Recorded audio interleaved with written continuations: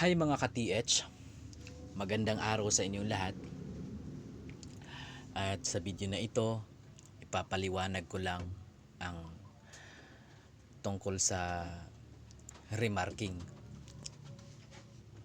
Ano nga ba ang remarking? Ang remarking ay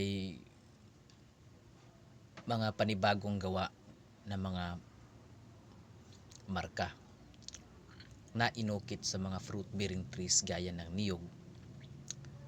At pinaka-common talaga na paglagyan ng panibagong remarking ang mga niyog, sapagkat ang mga fruit bearing trees gaya nga ng niyog ay alam naman nila ng mga JICA na hindi naman agad-agad na mamamatay ang mga ganito, at hindi naman ito putulin sapagkat dito tayo kumukuha ng source of income sa pagkokopra, tayong mga Pinoy. At para sa mga JICA o sa mga retrieval teams na pinangunguluhan ng mga retrieval companies sa bansang Japan na may misyon na maghukay dito, magpunta sila dito at magbisita sa mga site at mag-remarking na rin, ay ganito ang kanilang ginawa. May panibago silang pamamaraan para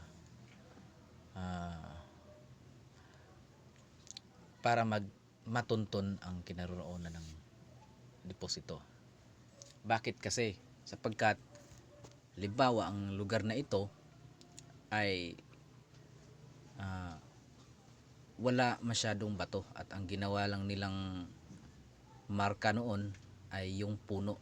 Halimbawa ay Old Molavi, kasi dito ay sa west side 270 West ay merong Old Molavi. Hindi ko masabing yun ay centennial ba or century. At siguro yun ang pinaka fulcrum point nila para bilang marka sa mga nakabaong deposito dito. At liban doon ay merong Old Mohon na gawa talaga ng mga Hapon, kasi nung hindi pa ito pagmamay-ari ng kapatid ng lolo ko, ay nakita na talaga niya na may mga Old Mohon na posibleng gawa ng mga Hapon noon, at may sulat doon na 1934. So wala pang giyera, no? At may nagkampo na. At sa north side naman, kanina yung may pako na niyog, ay sa bandang ibaba ay may creek doon, at may nag-collapse na tunnel. May tunnel doon na sobrang laki na nawash out na dahil sumabog nga. Napag-alaman nila yun noon na tunnel talaga yun kasi merong nakaharang na bato, parang pintuan sa kwadrado, at sobrang laki. Tapos may nagbalak na mga nagte-treasure hunt noon na pasukin yun, at binutas nila yung gilid. At ang nangyari ay tumambad sa kanila sa ilalim ang malaking mga rehas na kabilya, mga metal. At di nila tinuloy, baka yun ang sanhi para malagay sa peligro. At yun nga, kinalaunan ay dahil butas na yun, siguro napasok yun ng malaking ahas. Kaya nung 1983 biglang sumabog yun, at naglabas ng sobrang itim na usok. Sobrang kapal talaga ng usok, at maliit pa yung mama ko noon at yung tiyuhin ko, at yung mga kapatid ng mama ko, pinuntahan nila yun kahit bata pa sila, at distansya lang nakita talaga nila na wasak talaga yung area na yun, at sobrang laki talaga ng pagka bar down, nag-collapse talaga ng sobra, at sobrang haba ng tunnel pala na iyon kasi tinignan nila ang pinakadulo ay papunta talaga sa kabilang bukirin na hindi na nila pagmamayari. So yung parang may kwarto-kwarto siya siguro kasi yung pagka-collapse ng lupa ay mayroong mga sanga-sanga or branches na yung iba nga ay hindi pa na nag-collapse, hindi pa tuloy yung na bar down yung pinakamalaking lang galing sa entrance. At doon nga ay may nagsabi ng mga living witnesses na mayroong depositado doon na sobrang dami. At may isa pang living witness na nagsabi na doon daw sila pinahakot ng mga gold bars at na sinilid ng mga boxes papunta doon, na yung kanilang mga mata ay nilagyan ng tela para hindi nila makita yung dinaanan nila, may nag-guide lang daw. Buti nga ay binuhay sila, at yun nga ang natandaan niya, na yun ang bukid na yun talaga ang natandaan niya, yun ang alaala niya. Kaya ang history dito ay very positive talaga ang area. Kaya nga nagbalik dito yung mga nung nakaraang taon, mayroong mga Hapon dito na nagpunta at bumibisita talaga kasama yung mga Koreano, at may guide sila na Pilipino mga nakaraang taon pa lang. At napansin na namin na yung mga niyog na andito ay may kakaibang mga ukit. Ayan makikita natin dito ay paa talaga, parang binuhusan ng chemicals, tapos kasya talaga yung boots dyan kahit nga sinilas ko, tapos may hole sa gitna. So ibig sabihin kasi naka walling type siya, ang dig site daw pagka ganito ay nasa harap lang mismo, at kailangang sukatin lang muna ang butas kung gaano kalalim, at may sukat siya na 5 inches. Kino-convert ko siya sa yards para tumugma doon sa kabilang niyog na may remarker na nilagyan ng kabilya at pako. So very positive talaga, at ang punong yan mamaya ay makikita natin na mayroon talagang kabilya din na dalawa, yung isa nakaturo sa kabilang direksyon at yung isa naman ang tanong, bakit nila nilagyan talaga nito? Yun nga ang sagot ko, posibleng may nakabaon dyan. Meron kasing mga nagsabi na bakit lagyan pa ng ganyan, malamang daw hukayin daw yan ng mga tao na magka-interest dyan. Ang sagot ko dyan ay depende sa lalim ng deposito, kasi pagka ganyan, kapag planado at may mapa sila, kaya nga nila binalikan at nagremarker sila kasi ang mga depositong yan ay malalim yan sobra, lalo na yung terrain na yan ay parang artificial hill lang. Yung burol na yan ay naka-incline siya ng 45 degrees sloping position. So hindi man yan bunker, ay mga medium deposit yan or shallow deposit. Delikado yan kapag bunker yan, malamang may mga bomba yan at lason, at iba-iba ang layering transition dyan, kaya hindi basta-basta maghukay sa mga ganyan na deposito na nilagyan ng mga remarkings na panibago. Kasi kung quick deposit lang yan, hindi naman nila pag-aksayan pa ng oras na lagyan pa ng remarking. Kung kaya lang naman nila hukayin, di ba? So ang purpose niyan talaga ay talagang direksyonal lang talaga yan, at malalim ang deposito. Ayan nakabend pa siya. Kung baguhan pa lang tayo sa ganyan na pagkakaalam natin remarker at kung hindi natin gamitan ng compass, malamang lalagpas tayo dun sa pinakaibaba, o kung hindi natin matansya talaga maghukay lang tayo ng maghukay ngunit wala tayong makikita.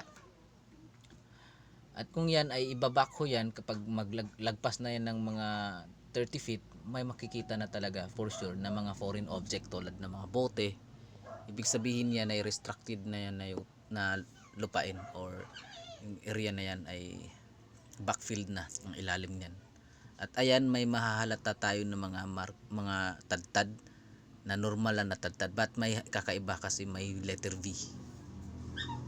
Marunong kasi yung mga Hapon na nagremarking dito sa Mindanao. Ewan ko lang sa ibang site kung ano ang pamamaraan nila. Andito kasi ay kinokopya nila yung normal lang na tadtad ng itak sa mga niyog. Take note, hindi lahat ng site ay may ganito. Yung mga may positive lang na sa history. At hindi siya kapareho dun sa kabilang lupain ng pinsan ko na doon ay walang mga niyog, pero ang mga bato mismo na sobrang laki, mga big boulders rock, ay mayroon talaga mga ukit. May nakaukit na mga kanji at may mga alphanumeric symbols, mga numero, at mayroon ding alpha codes o Unicode, yung mga letra lang. Kung baguhan pa lang tayo sa mga ganun, meron pa nga doon na may bato na ginawa talagang stone map. Kung merong mapa sa papel na itinago ng bawat henerasyon ng mga pinagmaspasahan ng mapa, meron din sa bato. Pero lilito tayo sa bato kasi bato lang yan na nilagyan ng Pero at least ay matumbok pa rin natin kung marunong tayo remapping, mag-decode, at ligit sa lahat yung compass kapag marunong tayong gumamit niyan. Ayan may mga chemicalized tool na parang paa. Ayan, may guhit pa. Actually wala yung hak-hak na kung mapapansin niyo, walang hak-hak yan na niyog. Talagang pinagsikapan kong akyatin yan sapagkat may nakikita na naman akong kakaiba. May kasi dyan, may chemicalized hole, parang laser lang tiniran yan. May nagsabi kasi na yung iba na magremarker dito sa Pilipinas laser lang, kung tinatamad na sila mag-akyat sa niyog laser lang. At sa ibabaw ay may kakaiba. Dino-zoom ko na lang yung camera ko para makita talaga ninyo. May yan, yung metal pa rin na nakatusok dyan. Ayan, ko yan, i-zoom ko yan. Ayan, ang kabilya pa rin. At hindi ko lang maakyat kasi walang hakak, at sobrang yan, nasa ibabaw talaga. Okay, dino-zoom ko na lang yung camera. Ayan, kabilya pa rin yan na nakabalik position pa punta dun sa norte, kasi south yan. Tapos may fire element na nakaukit yan sa puno na yan, nasa likod, parang letter V na baliktad. It means fire element kasi 180 degrees yan south, so fire element. At water element naman dun sa norte. Sa sa west side naman ay metal, alam naman natin yan. Sa east naman ay wood. At sa 45 degrees ay earth element yan, at ganun din sa pinakagitna, earth element or code 5. At papunta sa 2 to 5 degrees, 135 at 315 azimuth and back azimuth ay metal and wood. Yung 135 wood at metal naman yung 315 or 315 degrees northwest. At yun nga ang paliwanag ko, na yung mga natutunan ko lang sa mga talagang may karanasan na, kasi bago lang talaga ako nahilig sa ganito. At imagine naman na marami palang dapat natin matutunan patungkol dito sa na to, topic na to. So sa ganitong larangan talaga ng pag-treasure hunt, hindi biro. Marami pala tayong dapat isolve. I am 24 years old at baguhan pa lang talaga ako sa ganito. So sa edad kong ito ay medyo kaunti pa lang yung nalalaman ko. So kahit papano ay nag-share ako ng knowledge para nang sa ganun ay mayroon kayong ma, magkaroon kayo ng idea. So naka-triangle yung item na ni-remap ko at naka 135315 degrees azimuth and back azimuth at may matatamaan doon sa 135 north southeast doon sa likod ko na isang niyog pa rin na may pako na ginawang lock post or lock point.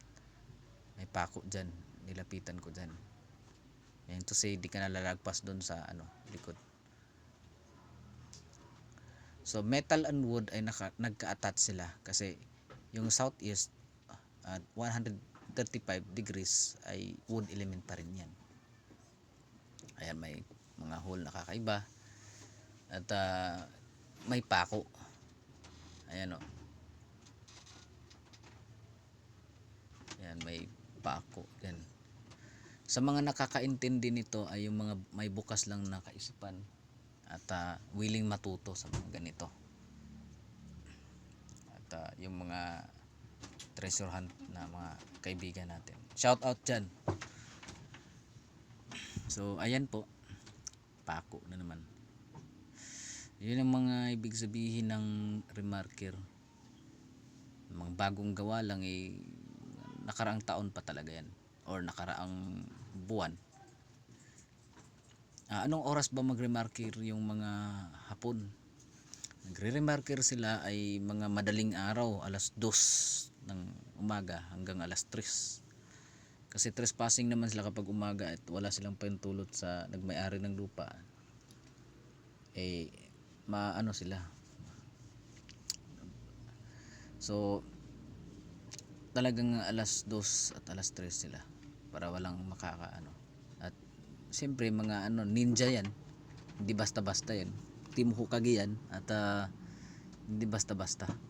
Noon nga yung kaalyado ng mga Japanese troops noon ay yung mga yakuza gangster, hindi basta-basta yun, mga tulisan na siyang kasabwat na magnakaw sa mga yaman doon sa bansang Asia, doon sa sa Chinese, Cambodia, Sumatra.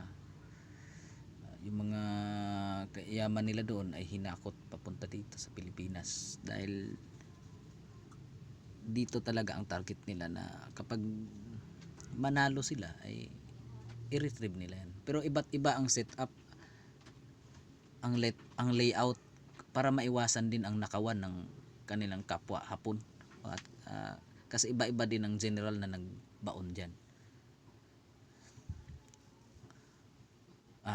Iba-iba ang general na nagpabaon yan at iba-iba ang commander sa bawat site sa lahat ng dako ng Pilipinas.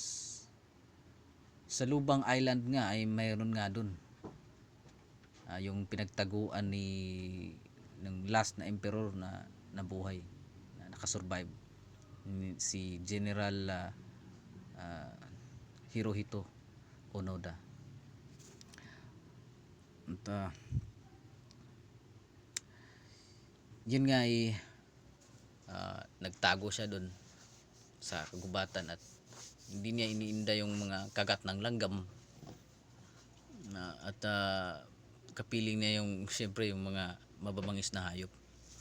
Naliligo siya daw ay hindi na siya mag-alis ng kanyang damit, diretso na talaga. Yung ibang kasama niya ay patay na, siya lang ang nakasurvive at hindi siya naniniwala nung may nagpaulan sa mga bukirin na mga airplane na may nakasulat na tapos na ang giyera. Akala niya ay propaganda lang yun ng mga Amerikano kasi alam niya na yung mga Amerikano ay mahilig sa ganun, ay hindi siya naniniwala, baka patibong lang yun. At noon na kinalaunan na may nagpunta sa kanya na kapwa niya Hapon, nagpaalam sa kanya na reporter yun, parang interviewer yun, na paalam na tapos na talaga ang giyera, matagal na. Siya ay isang tapat talaga na general na bumapangatlo kay mula kay General Tomoyuki Yamashita at kay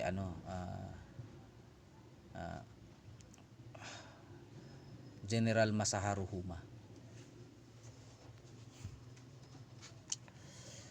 So ayan, may kabilya na naman, no. Ayan, kunin lang yung yan, yung sa lahat ng parameter na yan, ikunin yung quadrat saka hypotenuse niya, at buo tayo ng centering para at crossline, maging crossline din, centering at crossline para tumbok talaga ang kinaroroonan ng deposito. Pero mga malalim talaga ito ng deposito, hindi basta-basta to mga ka-TH. So